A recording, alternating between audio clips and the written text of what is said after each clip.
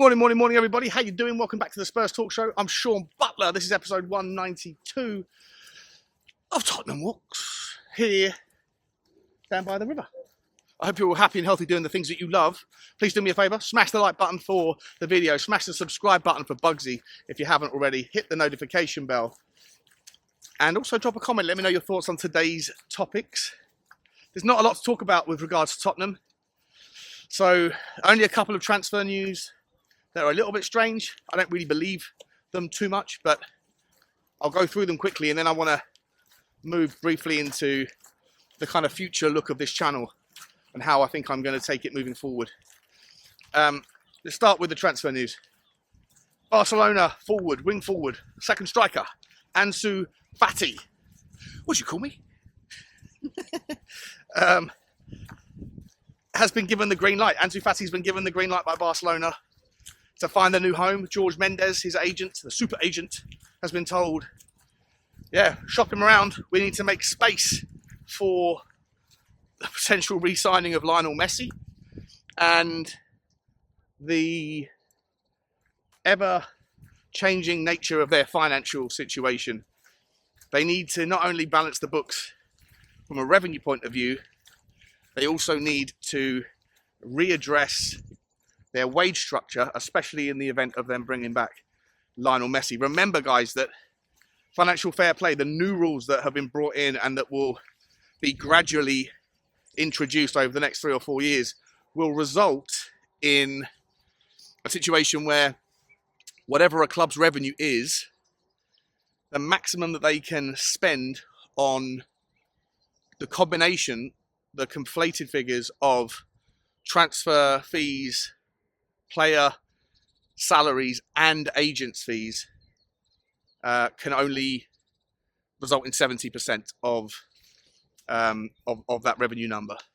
And so the conversation around net spend is changing. The conversation around being able to figure out, how much did a club really put in to player purchases, it's going to be far more opaque and difficult to figure out, because you might have situations where you are selling a player for more money than the player that you are replacing him with, but because of the wage distortion, you end up with a net negative, especially if there is an amplification of that ratio by playing with agents like George Mendes, who always seem to get paid ridiculous amounts of money. So anyway, Ansu Fati is apparently on the market, and apparently Tottenham are at the front of the queue. That's according to 3 or 4 different outlets this morning. Look, 20-year-old player, very talented for sure. I think he's played 100 games for Barcelona. I think he scored about 24 goals. Hangs off the left wing, can play second striker. It doesn't make much sense to me because he's not an out-and-out striker. The cost would be somewhere around 80 to 90 million, according to these reports, which would immediately rule out Tottenham unless he is a replacement for Harry Kane. But he's not a replacement for Harry Kane. If anything, he would be a replacement for Heung-min Son, because that is where the similarities are. The kid is very fast, very tricky, very technically gifted, a good dribbler.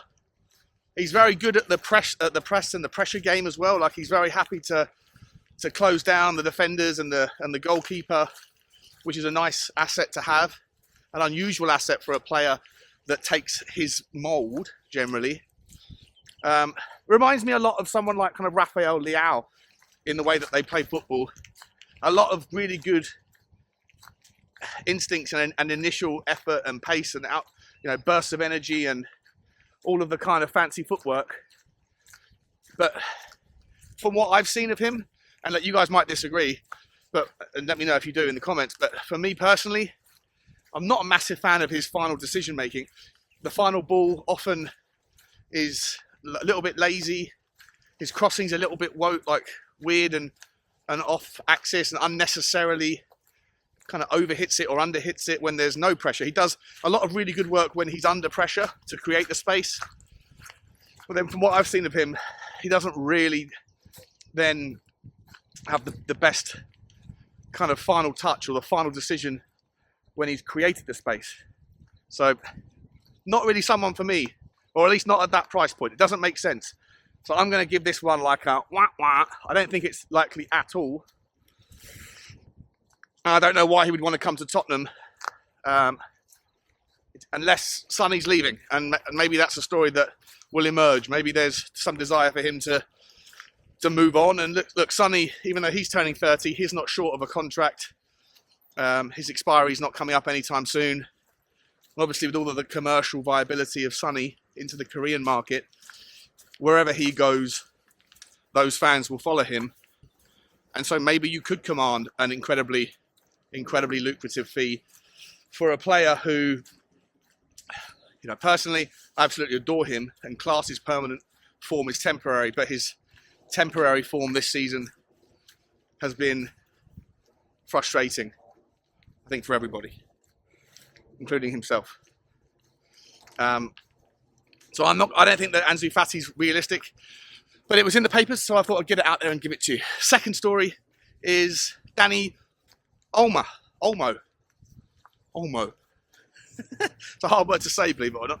Dani Olmo, who is the Leipzig 25-year-old Spanish player. Listen, he is out of contract at the end of next season, and he also has said that he's probably not going to sign a new contract, or he hasn't said it, but that's all the reports are. They're intimating that he's got no interest in signing a new contract and will be looking for a new home. He can play on the left, through the centre, or on the right.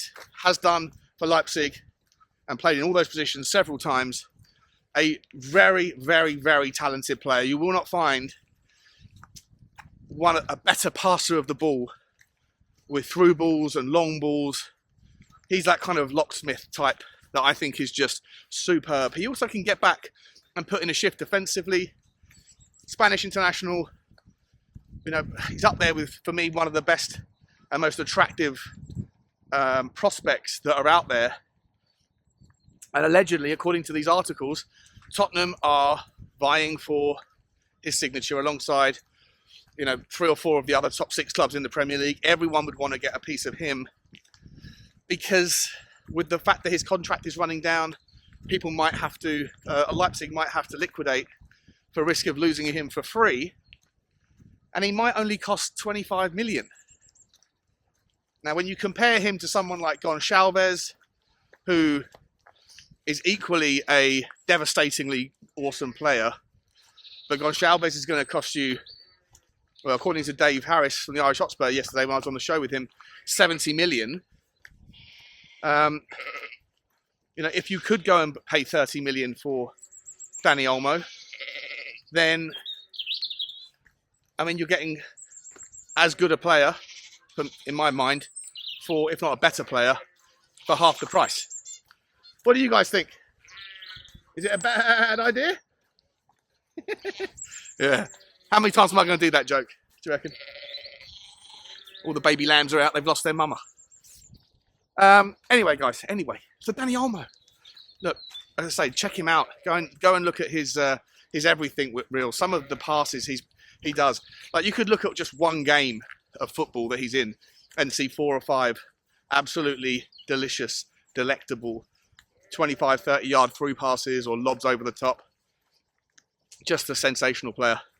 I don't believe he'll come to Tottenham, I'll be honest. As I say, United are in for him, Newcastle are in for him, Arsenal want him. I'd imagine even someone like Manchester City would want him if he was available. That's how good I think he is. And, is Tottenham really going to be his next home? Probably not, but it'll be a lovely dream. It'll be a very, very cool dream. They are the 2 transfer news items today, guys. It does look increasingly, according to all these reports, that Tottenham are looking for, this creative player, attacking midfielder that plays on the left and that hopefully can play through the middle and the right as well. Does that spell some sort of future departure for Sonny?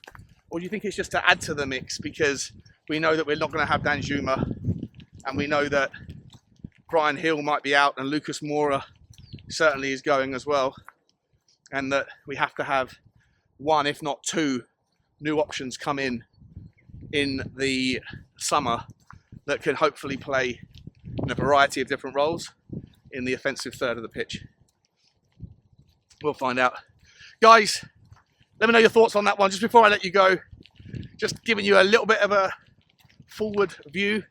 There's a chance, haven't figured out on it yet, haven't landed for sure, but there's a chance that I might be rebranding this channel and taking it away from Spurs Talk Show to something that might just be more generic, like, I don't know, Sean Butler TV or something like that, or something completely different altogether.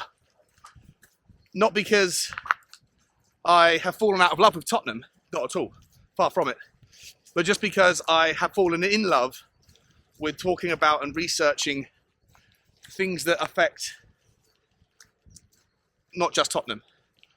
For example, I'll be doing a video, I think I won't be bringing it out until maybe next month, but that reviews agencies and how they work, what really goes on behind the scenes with that kind of area of the game.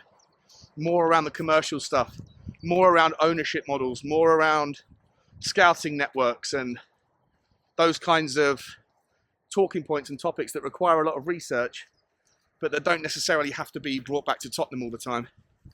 And so if I find myself doing more and more of them and less of transfer news, then that might be the best way forward. Hi John, how you doing, mate? You too, buddy. So I haven't made a decision on it yet, but as I say, the more time I spend researching that kind of thing, the more I'm pulled into rabbit holes that have nothing to do with Tottenham and all more about the mechanics of football generally, and whether they're really relevant enough to a Spurs Talk Show channel, whether the channel should be rebranded or whether I should just start a sister channel and put it on there. I don't know. I'm toying with it, but I'll keep you updated. Anyway, guys, as always, I wish you a happy day, a dry day, and stay happy and healthy. That's it. And that's it. I'm done. Like, share, and subscribe, guys. And as always, bye-bye.